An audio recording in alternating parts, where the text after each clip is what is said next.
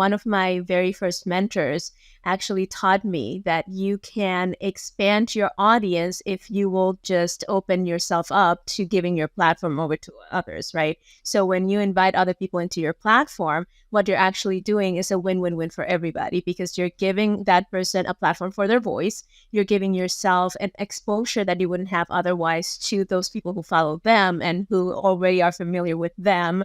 Plus, you're positioning yourself as an expert because you're seen interviewing people who know their stuff, right? And so you are seen as being at the same level as these people. And then both your audiences get a win by the content and the value that you share in your collaboration. So if you got your foot in the door months ago, you're going to be light years ahead of that gimmicky marketer, that guru. It's so much easier for you to make the sale than for the person who's trying to flash the ad in front of them at the last minute. The first time somebody paid me in one lump sum more than I made in a pay period as a teacher, I was like,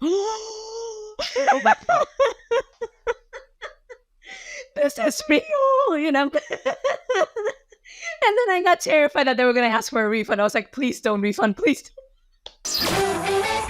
If you want to build a legitimate, profitable online business without shiny objects, without the hypey gimmicks, and without the stress and overwhelm, if you want to make more money without having to be present online all day, every day, pumping out content that nobody sees and hustling DMs to generate leads and sales, then this is the place for you. Welcome to the Digital Trailblazer Podcast, your online business university, where you'll learn how ordinary people start from ground zero with no influence, no email list or audience to sell to, and no business or marketing experience, and go from working 9-to-5 jobs to building successful 6- and 7-figure online businesses and all the steps in between. Learn the strategies that worked and what didn't. Learn the mistakes that they made and how to avoid them, and then learn their plans for scaling their businesses and taking things to the next level.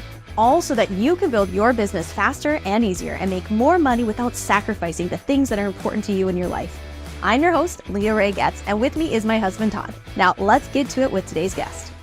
Well, thank you, Marcy, so much for being with us today. Why don't you go ahead and introduce our audience to yourself and what you do? Well, I am Marcy Amaro. I am a speaking and self-leadership coach. What that means is I help people do two things. One, liberate their voices and express their message in the most powerful, impactful way so that they can elevate those around them in the best way possible. And I also help them rediscover and reconnect with their calling and get out of their own way so they can do whatever it is that they get to do in order to get to that next level. So at this point, are you doing mostly one-on-one coaching, group coaching, courses? What does that look like? At this moment, I'm doing mostly one-on-one coaching. I am transitioning to a group coaching space where I am actually working on launching my beta program and having a few people work together and collaborate in both training and mastermind scenario together in that coaching program. How long have you been in this business? When did you get started? And what's your startup story, I guess? My startup story. Everyone's got a unique one. All right. Yes. So mine starts in a classroom 29 years ago. I'm dating myself here a bit. But actually, it starts a little bit earlier than that. I thought when I was in the 6th grade that I wanted to be a neurosurgeon because one of my best friend's moms died of a brain tumor. And I thought I wanted to help people avoid that kind of a pain, right? And so I started college as a neurology major thinking that was my path and quickly realized that that was not the way I needed to go in my life. And I started doing a little bit of soul searching because, neurology, neuroscience, that was like 16 years of my life laid out right there. And suddenly I had no path. So I started doing a little soul searching and I realized that what was deep down underneath that desire was a desire to help people, to help those rise above pain, to help people go above difficult circumstances and arise at the other end stronger and ready to share their new strength with the world. And so that led me to teaching. And I found out after a few years of teaching that the element of helping others gets tricky in teaching, unfortunately. You see a lot of people with a lot of potential, especially kids when you're a regular classroom teacher, and you see that potential squelched by the programming that says that they have to be good at certain things, that they have to match certain standards that are set by others, that they have to compete with each other in ways that they might not even want to compete in, and that they have to fit into a mold that wasn't created by them. And so I saw especially creative, gifted, talented kids in the arts, in music, and all these other areas feeling like they had nothing to contribute in the world because they weren't fitting this other mold. And so that started breaking my heart, and it started getting progressively harder. So about 8 to 10 years into teaching, so about 20 years ago, I started looking for alternatives to get out of there because I knew it was going to destroy my soul. That's the bottom line. I knew it was just going to kill me. And about 20 years ago, I started looking for options and opportunities, and very long story short, that led me down the path of coaching because I realized in looking for alternatives that a lot of us drag into adulthood some of the same lack of worthiness and some of the same pain and some of the same frustrations that are given us as young people in the classroom, in the school system. Unfortunately, I mean, teachers do the best they can. They're amazing people. Anybody who's a teacher has my heart and has my respect, but the system is broken. And so we bring a lot of that into adulthood. And so I started to think about how I could use some of those experiences, some of the things I had learned, some of the things I had worked through in order to help those of us who are still trying to figure out if we're worthy, if we can really do the thing that we're called to do. So some of us who have given up on the idea that this dream is even worth pursuing because we bought into this notion that if it doesn't fit the marketplace mold, then we don't have anything to offer. Right. And so that's what led me down the path of self-leadership. That is so interesting. I think there's a lot of people, I hear of a lot of people from teaching careers making that switch. Todd was actually, that's how his adult careers started, was in teaching and ended up, in the entrepreneurial space. So I think there's a lot of folks that get disenfranchised with the situation and look for alternatives. And I would say it's, we've had a lot of clients that had a very similar story, but in other fields, right? Like they became teachers or they became social workers or whatever they did in order to help people. And what they found was that their hands are tied because of the system. Mm-hmm. And they're able to help so many more people and do so much more good just by going out on their own and just innovating a little bit, starting their own business. And not only are they helping more people, but they have the freedom to do it in the way that they want, that they feel is best. Absolutely. So how, a lot of our listeners are just pivoting or just getting started in the online space. So how do you find your clients? What has worked really well for you? Well, for me, the main things have been collaboration with others, which I do a lot of through my podcast. I also use my podcast, obviously, as a marketing tool, but collaborations work so well. One of my very first mentors actually taught me that you can expand your audience if you will just open yourself up to giving your platform over to others, right? So when you invite other people into your platform, what you're actually doing is a win-win-win for everybody because you're giving that person a platform for their voice. You're giving yourself an exposure that you wouldn't have otherwise to those people who follow them and who already are familiar with them. Plus, you're positioning yourself as an expert because you're seen interviewing people who know their stuff, right?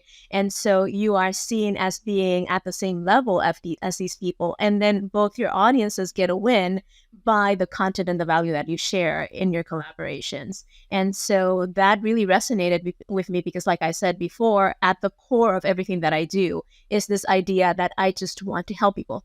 I want to support others. I want to be of service. And so the collaboration space really resonated with me. And I love collaborating as well. And we've seen it every which way from Sunday. Like there's a lot of different ways you can do it. We've been the givers, the receivers, the reciprocators, all of that stuff. And it's such a beautiful way to connect with people who would never have been introduced to you previously, right? Whatever you're doing, somehow they're not finding you with your strategy, your regular marketing strategies or whatever. And you're able to connect with some of our best clients came to us from summits. And summits are a great collaboration effort, right? Where all of these speakers who all have audiences are coming together, pooling their audiences and getting exposure from everyone else. So I love collaborations. So what is, what specific strategies are you using for collaboration? So you said podcasts, correct? So walk me through that process. the ins and outs? How do you get it to really work for you? So my first exposure to collaborations was with summits, right? So I started getting used to this idea of digging into complementary spaces to what I do. So I started looking at social media. I started looking through even Amazon. I at one point when I was doing one of my summits, it was all about communication. No, backtrack. It was about visibility. And I wanted to do it connected to the idea of authenticity, because at the time that was a very tag phrase. Like, you have to do things authentically and you have to make sure you're authentic and all these things. And so I started looking on Amazon, and I found this lady that actually wrote a book on authenticity.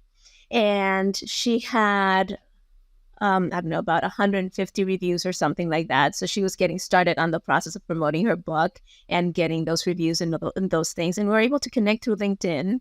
And she agreed to be part of the summit. And it was such an amazing experience to not just connect with her, but to stay connected, right? So after the summit, we've stayed connected, and we've continued to do other collaborations and other things and support each other in our efforts and so forth. But I translated the way you approach collaboration in a summit to the way I approach collaboration in a podcast, right? Like, I don't make it so that every episode has to have some collaboration, because I don't like forcing collaboration. I think that the most productive collaborations are those that feel genuine and that flow out of a common liking of each other, a common connecting with each other, and where everybody feels like they're in a safe, productive, and powerful space where each of us can shine, right? Like, if you try to force it, then it becomes something unnatural and as unauthentic as you can get, pretty much. So what I do is I go through my life the way most of us do, right? And I go into social media every once in a while, and I'll see someone who resonates, their message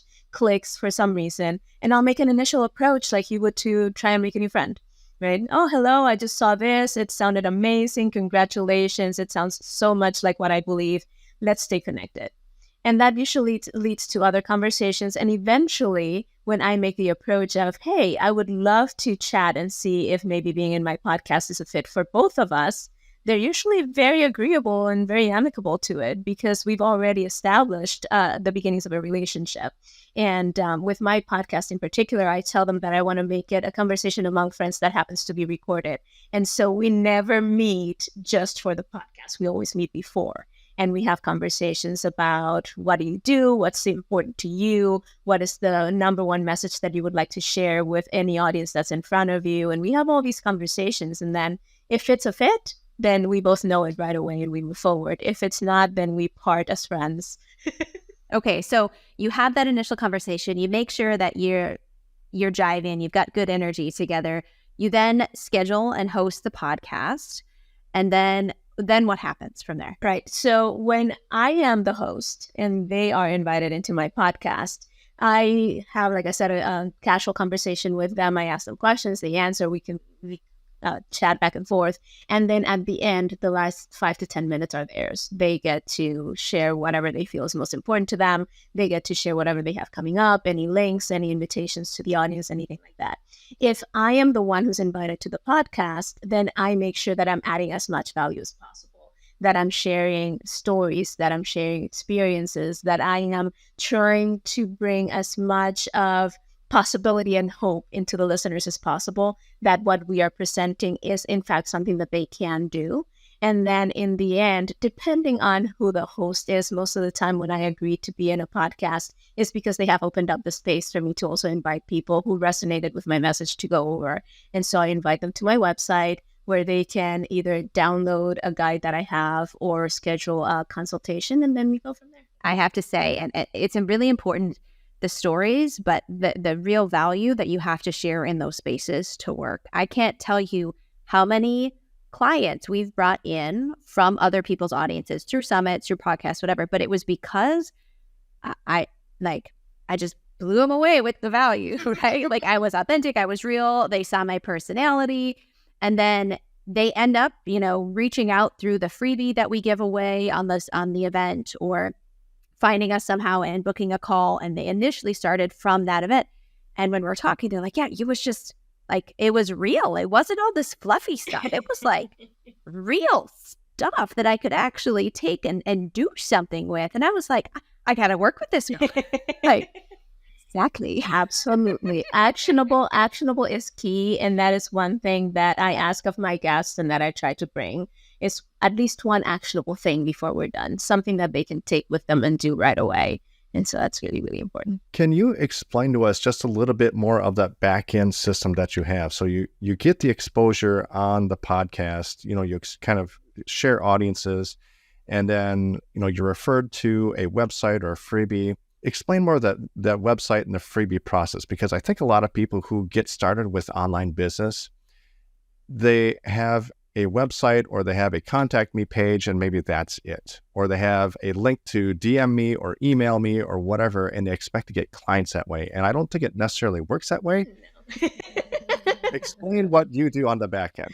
All right. So on the back end, I do have one website, right? But I also have several landing pages. So those are different things. My website will lead you to my two main landing pages, the consultation and the freebie. Right? But whenever I am in a space like a podcast or a summit or anything along those lines, I will either create a dedicated link for that particular appearance so that they can go directly to it, or I will be very, very specific to mention when you go to my website, at the very top right-hand side, there's this button that says this, and that's what you're going to click on, right? So I give them very specific directions on where to go. And everything else is pretty self-explanatory once you get to that landing page or to that consultation appointment scheduling booking page. Once they do register, if it's for the freebie, they of course get into a sequence of emails that leads them through not just maximizing and leveraging the freebie, right? Because mine is an extensive guide. It's 21 pages. So I don't expect anybody to sit there and look at the 21 pages and automatically instinctively know what to do. Right. So the first one, of course, is download, but then they're going to get 7 days of, okay, first look at this, then look at this, then look at this, and it will walk them specifically through to the very end, which is, guess what? A QR code to schedule the consultation, right? So I'm giving you all the secrets here and the honest truth, because ultimately the idea is to have that person in front of you so that you can both get the most out of that connection, right? It's not just so that you can sell. I don't see consultations as sales calls. I see consultations as opportunities to serve. And once they are in that consultation, I do my best to give them something that they will leave, whether they decide to continue working with me or not, with something valuable that is in their pocket that they're going to get to use, that they're going to get to test. Because what I have found is that even those who don't buy right away or who don't enroll right away will take that tool that I gave them or that suggestion that I gave them, and they will start seeing improvements, and down the line they will either reconnect or refer someone or do something that is going to elevate my business as well. So nothing goes to waste when you have a heart of service. Yeah, and that is what so many marketers, even professional marketers, miss, right? Is that everybody's just going for the quick sale. And, I say this over and over and over again that, every time we get a client, everybody wants to, I just want to target people who are ready to buy and who I don't want to waste my time with tire kickers and blah, blah, blah.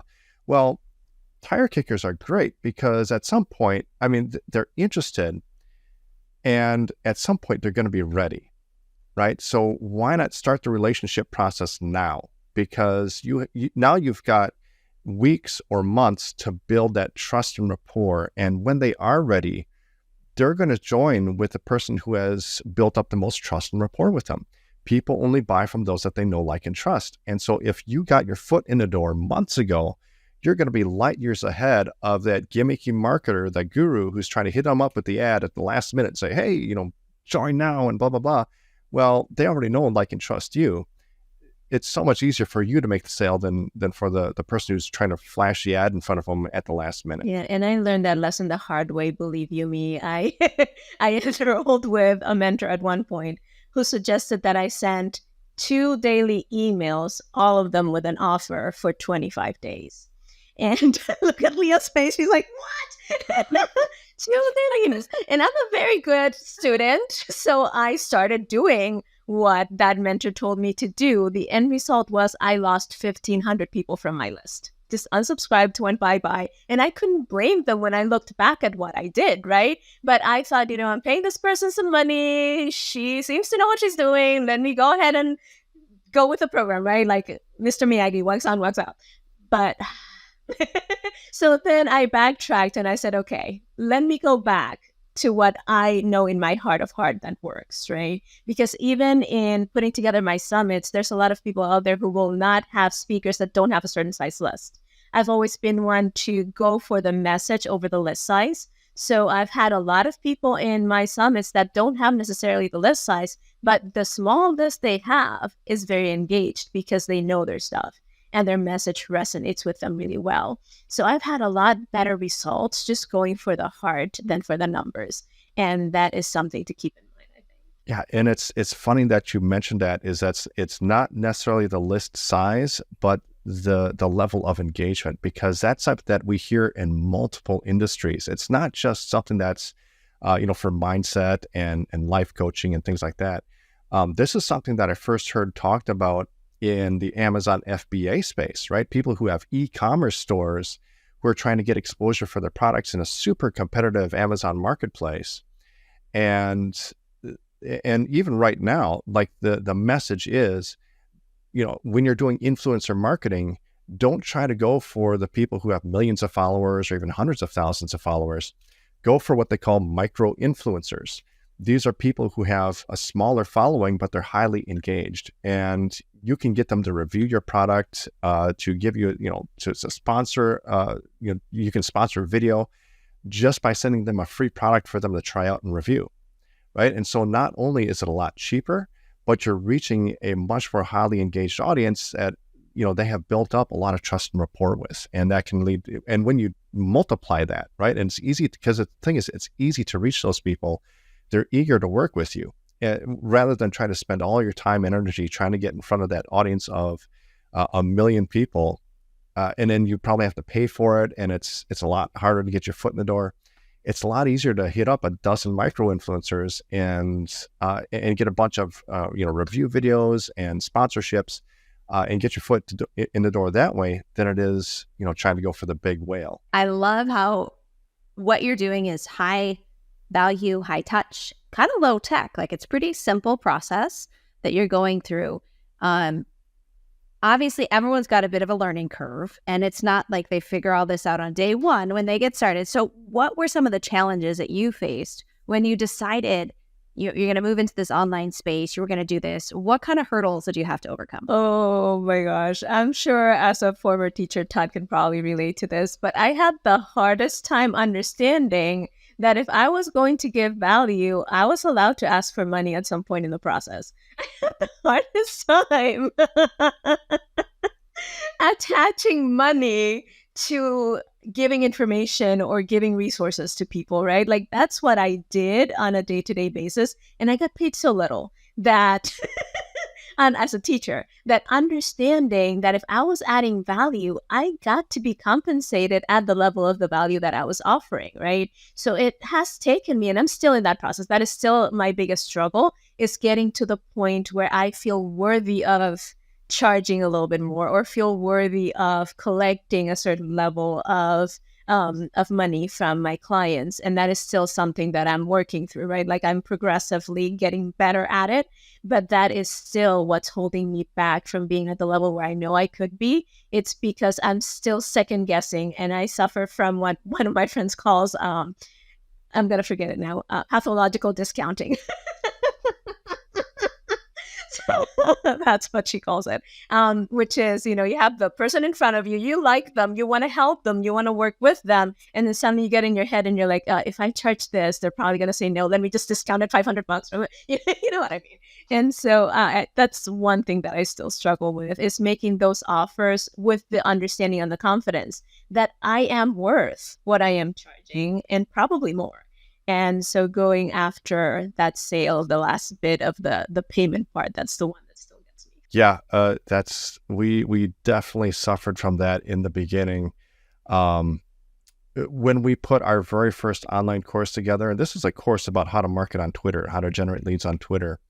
And the thing is, this was a strategy that we'd actually been teaching for free. Like it was all over social media. We had different, but we finally kind of systematized it into a single course, and we added some bonuses. And so there was more value in the course, but we still had a really hard time getting over the idea that someone would pay us $300 for this when, and the thing is, it sold like crazy. That was our first 7-figure year was selling that little course for, $300.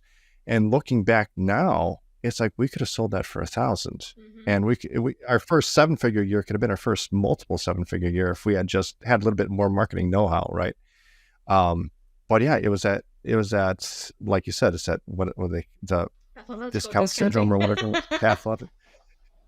But that's what it was. It was like, well, we teach this to everybody anyways. Why would they pay us for it? Like, it's tough getting over that. And then even when we got into high ticket coaching, like our original idea, I shouldn't say this because, we have a high ticket. I don't know what you're about to say, but you're making me nervous. But we have a high ticket coaching program now that originally just started as an idea for a $300 or $500 online course. That's what we were going to do. That was the original idea. And it wasn't until we connected with another coach that we paid a lot of money for. And he was like, why are you selling this for $500? Why don't you charge $10,000? And I'm like, I don't know. It's like, you should just add a little bit to it, add some coaching to it, and then charge $10,000. And we didn't start at $10,000, but we started at a lower price, and even just offering it for more than $300 was a jump for us. And the first clients that we got were like, I can't believe they paid us, right? I can't believe they paid us this much money. Yep.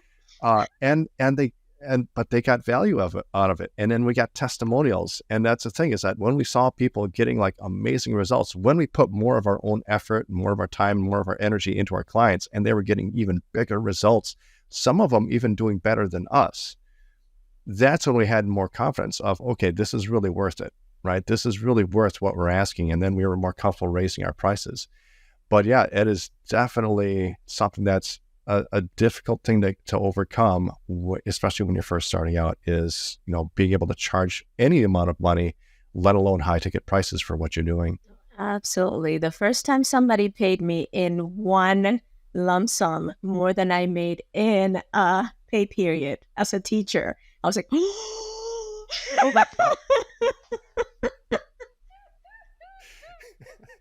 this is real, And then I got terrified that they were going to ask for a refund. I was like, please don't refund, please don't. You want to withdraw that money as fast as possible. So Put it away, hide it. No, I'm kidding. But yeah, it was something. Yeah, I think it was a really big shift for us was, further down the road, things are moving along, but we had hit our first six-figure month.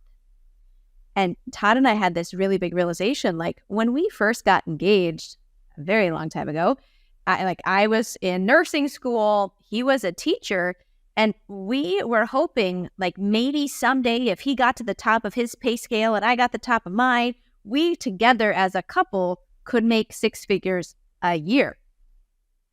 And now we were doing it in a month. And that was like, whoa. And then our tax bill was more than what we had made the previous year. I'm not there yet, but I can see it. At least now I can see it, which is a huge step. So what are your next steps? Like, what are you looking forward to, or what do you feel like is the next step to really grow your business? So obviously time constraints are a big issue, right? Especially when you're doing one-on-one coaching, plus you're doing consultation calls, plus you're doing all these things. Your time becomes very limited, which limits your income potential. So right now, I just this week launched my first beta of a group coaching, and I did some pathological discounting on that. So my next step is actually charging what the group coaching call is worth and continuing to enroll. So I'm doing some challenges before the year is over to boost that enrollment for my beta. I think challenges will be a very powerful way to invite people into my world, to give them a little taste of what they can expect working with me, to expose them a little bit more to some of the tools and some of the strategies, and to give them 1 or 2 quick wins so that then they have an idea of what to expect and are more willing to move forward with the group coaching. But I think that that's my next step in scaling, is making it so that I can go one-to-many, so that I can leverage my time and then continue scaling from that point on. We love challenges. We've done them a lot in our business and in different phases. And it's a really good way to warm people up. Even people who are ice cold at the beginning of the challenge, if they make it through 3 or 5 days with you, they are warm and they're accepting of they're ready for the pitch, right? at the end. Yes. So challenges are really great. And I love group coaching. We've helped a lot of people transition out of the one-on-one trading time for money. It's a great place to get started in the coaching industry, but you don't typically want to stay there for most folks. You want to be able to transition this into a group program. You've got a signature program, high value, lots of resources, but it's not trading time for money as the coach. You're able to work with more people at once, and then you can increase and not worry about the pathological discounting your one-on-one to a significant price. So if they really want to go there, they can do that. But making that transition, I think that is definitely the way to go. I've been considering doing tier levels in the group coaching so that I am not feeling like I need to give into the pathological discount. So there will be levels of entry, and they will get different bonuses and different exposure depending on the level. But I think that that's how I'm going to manage my own need to pathologically discount. With your offer, here's one of the things that I find amazing is that, you've basically got like a life coaching mindset, what we would typically call like a soft offer. Like there's not a clear, tangible result, which makes it really difficult to market. And the thing is that there's so many other people who have similar type offers in life coaching mindset space, and they are just struggling to try to, even just squeeze out 1 or 2 clients a month. And here you are, you're very successful with it. You're bringing in, you've got a 6-figure business with this already. What would you say are some of the biggest keys that allow you to sell this and to build such a successful business with this type of an offer? Well, the first thing I've already mentioned several times is having a heart of service. I believe that when you are out to serve, Zig Ziglar used to say that you can get anything in life you want if you can just help enough people get what they want. And that has been a big part of my philosophy. And also, I believe a big part of it is listening carefully. Like part of what I work with people is the whole cycle of communication, and the listening piece that we so often ignore is one of the keys, I think, to anything in life, to building anything and scaling anything in life. And in listening to people, one of the things that I have heard very commonly mentioned is that they have tried all the things, right? They have tried all these things and nothing works. And they have tried this and they have paid for that. What makes your thing different? How do I know yours is going to work? And my answer to that is, well, none of those things worked because you didn't have self-leadership, because you couldn't lead yourself to the results that you were looking for. And that is where I come in. I will help you lead yourself past those obstacles and lead yourself to the success you're seeking. And so those people that move forward with me understand that their success or lack thereof is because of something that they're either tapping into or missing in their own way of being and in their own leading and in their own doing. And so they come to me to elevate that piece, to look and work with that piece. So I think those two things, really listening to what most of the people around me were looking for and tapping into that, and also leading from a heart of service, has been what has led to being able to move this business forward. What I really like about that is that right from the get-go, you're letting people know that the responsibility is on them to take the action, to do the work, and to get the result. That you're there to facilitate that. You're going to give them all the tools that they need to do that. But that's part of your method. And so much of the marketing out there, like what people are told from our marketing gurus, is that you got to make it sound simple and easy and effortless. And so that's why so many people's marketing is like in our space, it's like, we're going to build your business for you. We'll put together your offer. We'll do your marketing. We'll put it in the funnels. We'll even run your ads and you're going to make sales and blah, blah, blah. And all you have to do is sit there and just pay us some money and we'll build a business for you and blah, blah, blah. And of course it never works out, right? Nobody ever builds a business that way, but that's the way that they market it.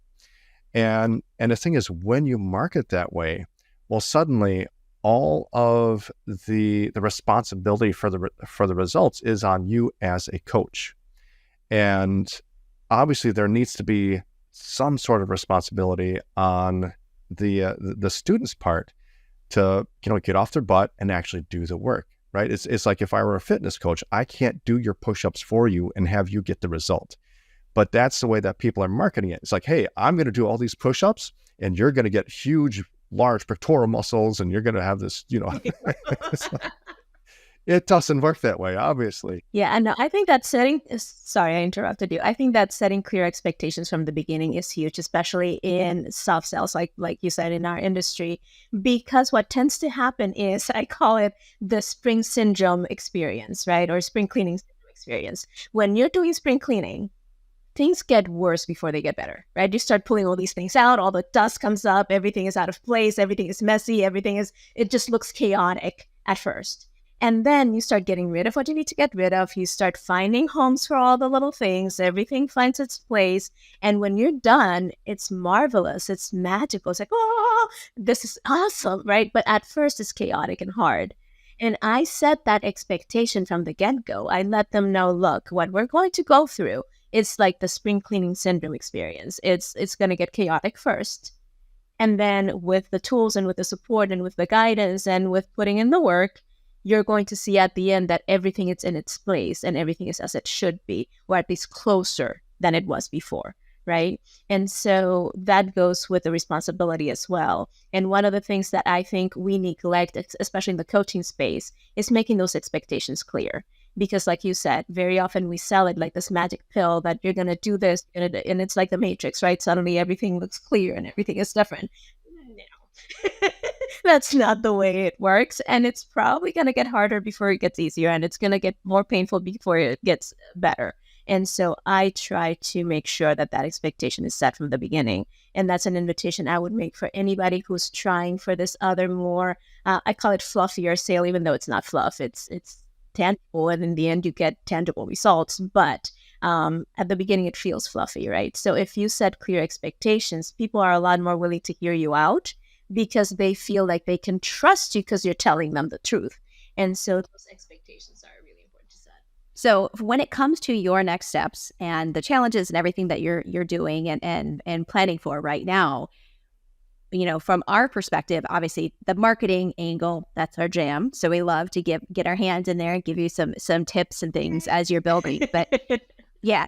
So as you're working on your challenges, make sure, if you've never done a challenge before, one of the pitfalls that people will often fall into is they don't have a strong sale at the end. So they kind of gently mention things throughout and expect it to magically sell, versus like that there should be one of your final days is like a sales webinar and it's hitting all the points and it's moving them through the finish line. So making sure that you do that. Doing it live several times is great. Then you can automate challenges. We've actually done really well in the past where we did it, 3 or 4 times live, and then we automated the challenge and it just went out for us. And it was all just doing its own thing and it was bringing in sales and it was wonderful. So doing it live, making sure you've got good conversions is great. And with challenges, because you warm people up so much during that process, getting into paid traffic to fill those challenges is definitely an option and something we would suggest, right? As you're going through this, because that's how you can, people love to sign up for challenges. People like those sorts of free offers. And you've got such a good opportunity to warm them up during that challenge into the close that paid traffic really makes sense for what you're looking to do. So I think that's a really good next step as you're transitioning into filling up a group program. Yeah. And I'd say, especially for your niche, the people that you're going to be marketing to are going to expect higher touch. And that's exactly what a challenge is going to do is it's going to have, a high touch, more of a service, education. People are going to feel like they're being served and they're getting a bunch of value before they're ever asked to buy anything. And that's going to serve your audience really well. And what I would say, to kind of piggyback off of what Leah said about layering in the paid ads, is that the paid ad traffic is going to convert very differently from the organic traffic. So even once you kind of dial this in with the podcast traffic and your email list and these organic sources of traffic, that traffic is typically much warmer to begin with. Whereas when you're running paid ads, unless you're a huge influencer that everybody knows your name and you're running ads to your own audience, if you're running ads to people who don't know you, that it's completely cold, you're going to have to go through that refining process probably a few more times with paid traffic once they get in there, because the conversion rates are going to be different and you're going to have to do different things in order to convert those at the end. Yeah, it's going to push you to improve your marketing and refine it as you go, which will be a good experience. So how do people connect with you? Like, where should they go to find you? Well, I am most active on Instagram. And so if you go to marcy.amaro, you can find me on Instagram. But they can also go to my website, which is marcyamaro.com. And marcyamaro.com, I would invite your audience particularly to scroll to about 1/3 down the page below my picture. And they're going to see there the opportunity to download my ultimate guide to speaking confidence. So it's a guide that walks through how to get over the fear of speaking in public, how to do public speaking in a way that it's bold, charismatic, and authentic all at once. And that takes you to a space where you can be magnetic and really attract the people that you're speaking to. So marcyamaro.com, scroll about 1/3 down the page, and you're going to see the invitation to download that guide. I think that's wonderful because so many people struggle when it comes to going live or shooting videos for their content or just networking and everything else. So that is a great resource for our audience. So thank you so much for sharing it. Thank you guys for giving me the opportunity to share it. I think they're going to love it. Absolutely. Well, thank you so much. This has been awesome. Some really good nuggets for everybody. We really appreciate you. So thank you for coming on. Thank you. You've been listening to the Digital Trailblazer podcast. For show notes and information about today's guest, head to digitaltrailblazer.com. Now, if you love this episode, if you got some value, make sure you leave us a review and subscribe. And be sure to share this episode with anyone you know who could use help to build their business. Thank you for listening, and we'll see you next time.